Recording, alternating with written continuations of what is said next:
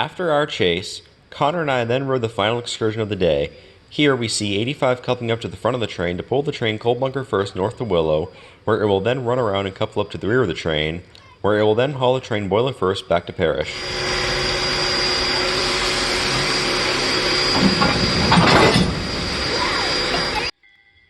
Fast forwarding to Willow, the crew of 85 then performed the previously mentioned runaround maneuver.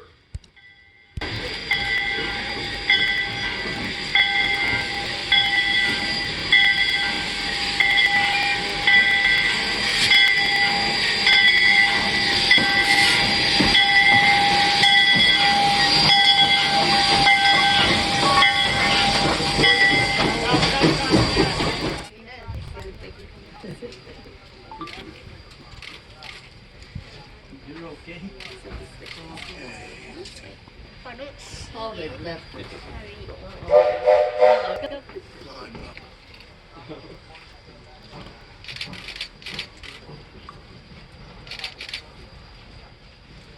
I'm gonna head on back the other way, then more people can come down here if they want to.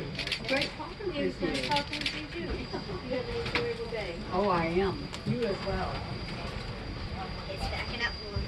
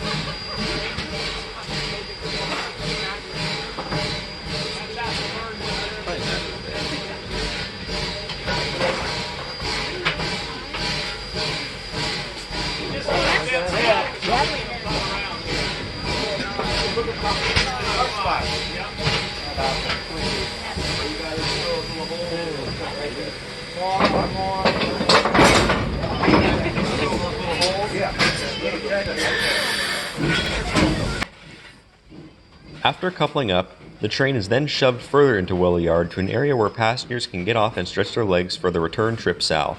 This area of Willow Yard also has an indoor display that contains various railroad artifacts and a static steam locomotive on display in an open part of the yard.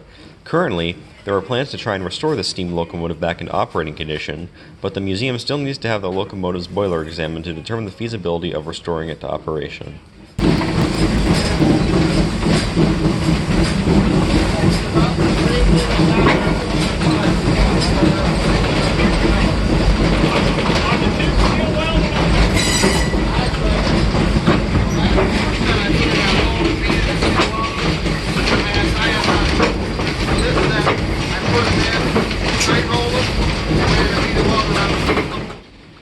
After the stop in Willow, the train makes its journey back to Parish, so sit back, relax, and enjoy the scenery Southwest Florida has to offer.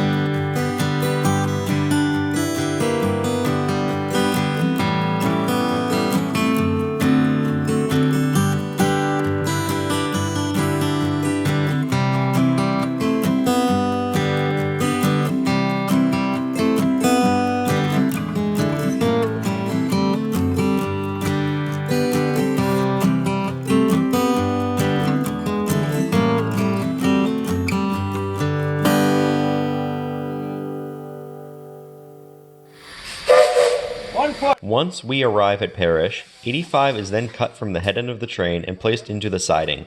This will allow 1835, which follows the train to and from Parrish for this reason, to couple up to the rear end of the train and shove it forwards into the loading-unloading area.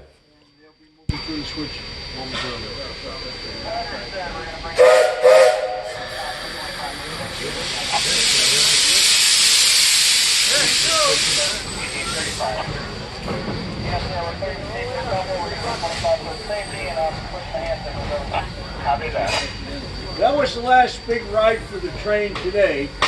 So they're putting the engine on the siding. The diesel train is now coupling to the back end, and they will bring us home. That concludes this episode of Riding and Railfanning. Hope you all enjoyed, and thanks for watching.